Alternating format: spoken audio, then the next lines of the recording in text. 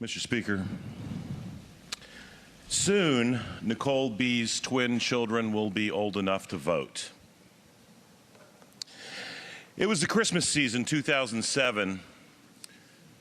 Nicole B. had just spent her first Christmas as a wife and mother of twin children who were several months old. The 26th, her husband was to get up with a friend and go hunting, and that day, tired from the rigors of the holiday season and motherhood, Nicole decided that it was a good idea to put a Duragesic patch, which had been sold to her, into a hot cup of coffee.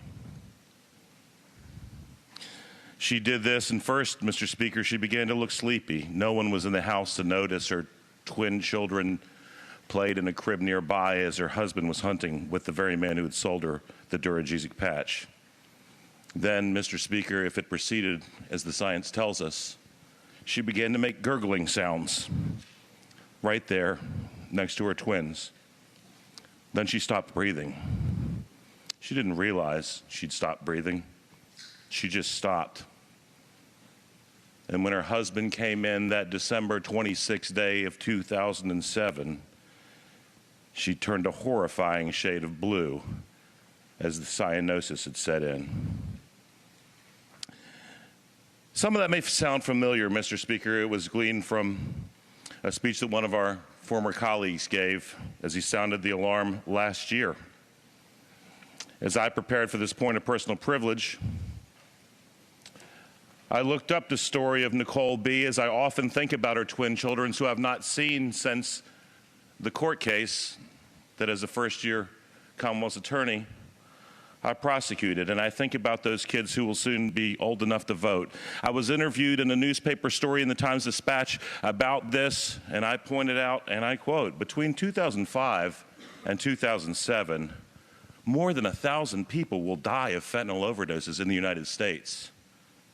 Mr. Speaker, that many will die in Virginia this year alone before June. Put another way, in 20 years of involvement in the Vietnam War, about 1,500 Virginians lost their lives. That many will be killed by fentanyl this year before the calendar reaches fall, just in Virginia. Over 2,000 Virginians would be here from last year alone if they hadn't been introduced to the poison that is fentanyl. Nicole B.'s children will never know their mom, who died of cyanosis by their side on the day after Christmas before they reached their first birthday. Mr. Speaker, fentanyl dealers and suppliers, whether intentional or unintentional, are killers, and yet somehow inexplicably this General Assembly has decided to let those who kill with fentanyl receive little or reduced prosecution. Both the House and Senate have had bills that would have addressed deaths by fentanyl, and both of those chambers killed those bills. During the State of the Commonwealth address in this very chamber, Governor Youngkin spoke about getting tough on fentanyl dealers. One side of the chamber applauded, the other sat in telling silence.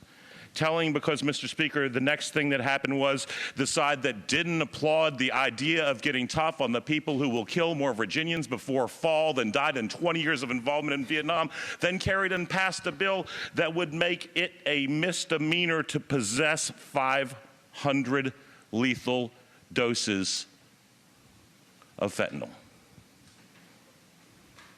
Mr. Speaker, from Hammurabi to Moses to Muhammad, the most basic concept of justice requires that if you unjustly take the life of another, you must be held accountable.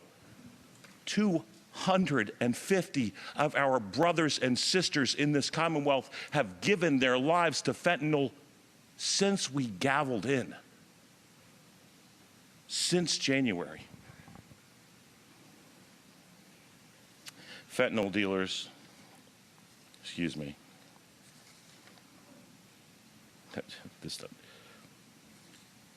Mr. Speaker, what we do speaks more loudly than what we say. Last year, that former colleague, who I paraphrased, said that fentanyl is a killer. Mr. Speaker, he was wrong. Fentanyl is a weapon used by killers. It is our responsibility as members of this General Assembly to make it absolutely clear to those who kill with this poison that they will be held accountable, that they will go to jail for a long time. And I hope that that would serve as a deterrent, but at the very least, if we hold them to this standard, they won't be in a position to kill again. And the tragedy is, Mr. Speaker, until we act differently than we have so far this year, we are going to keep losing our brothers and sisters, our sons and daughters, our mothers and fathers, 5 a day, every day. Thank you, Mr. Speaker.